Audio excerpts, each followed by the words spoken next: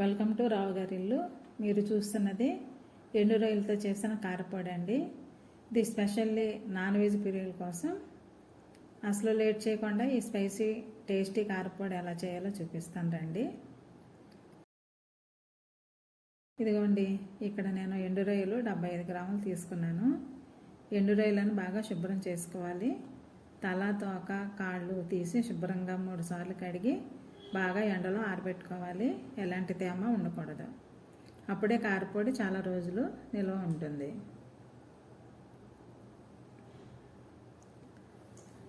చూడండి, కారపొడి కోసం 5 టేబుల్ స్పూన్ల ధనియాలు, 1 టీ స్పూన్ జీలకర్ర, 12 ఎండుమిర్చి, రుచికి సరిపడా ఉప్పు తీసుకోవాలి.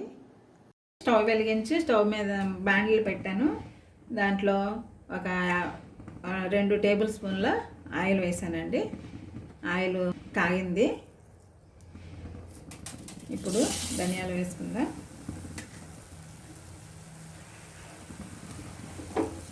దోరగా వేయించుకోవాలండి, మాడకూడదు. సిమ్లోనే పెట్టి వేయించుకోవాలి. ఇవన్నీ జీలకర్ర కూడా వేసేసుకుందాం.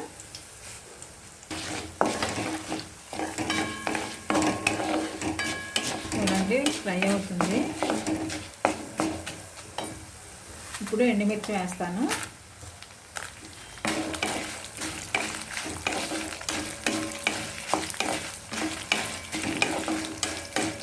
ఇవి కూడా ఫ్రై అవ్వాలండి.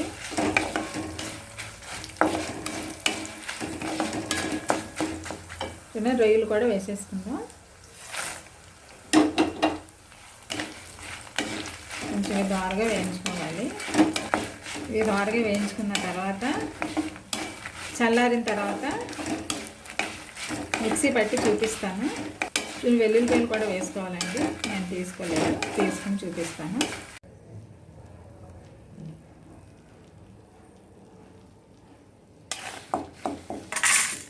చూడండి, ఇది చల్లారిన తర్వాత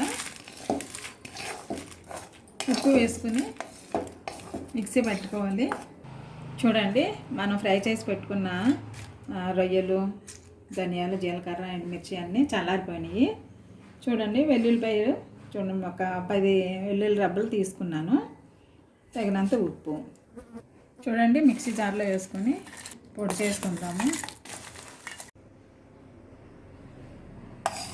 చూడండి, సాల్ట్ కూడా వేసుకుందాం. మిక్సీ పట్టి చూపిస్తాను. చూద్దామండి. చూడండి, అయిపోయింది. ఇది ఇలా కొంచెం బరకగానే ఉండాలి, మరీ మెత్తగా చేసుకోకూడదు. వెల్లుల్లి రబ్బలు వేసి 3 పల్సులు ఇస్తే సరిపోతుంది. అయిందండి. వెల్లుల్లిపాయ కూడా వేసి మిక్సీ పట్టేశాను.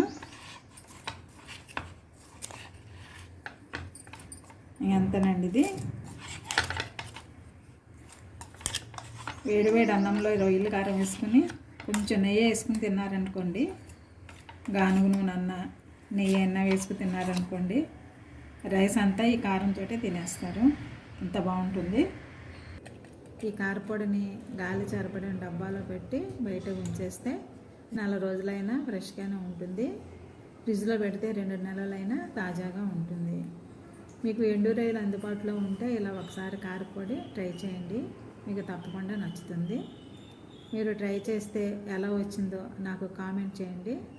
ఈ వీడియోను లైక్ చేయండి, షేర్ చేయండి.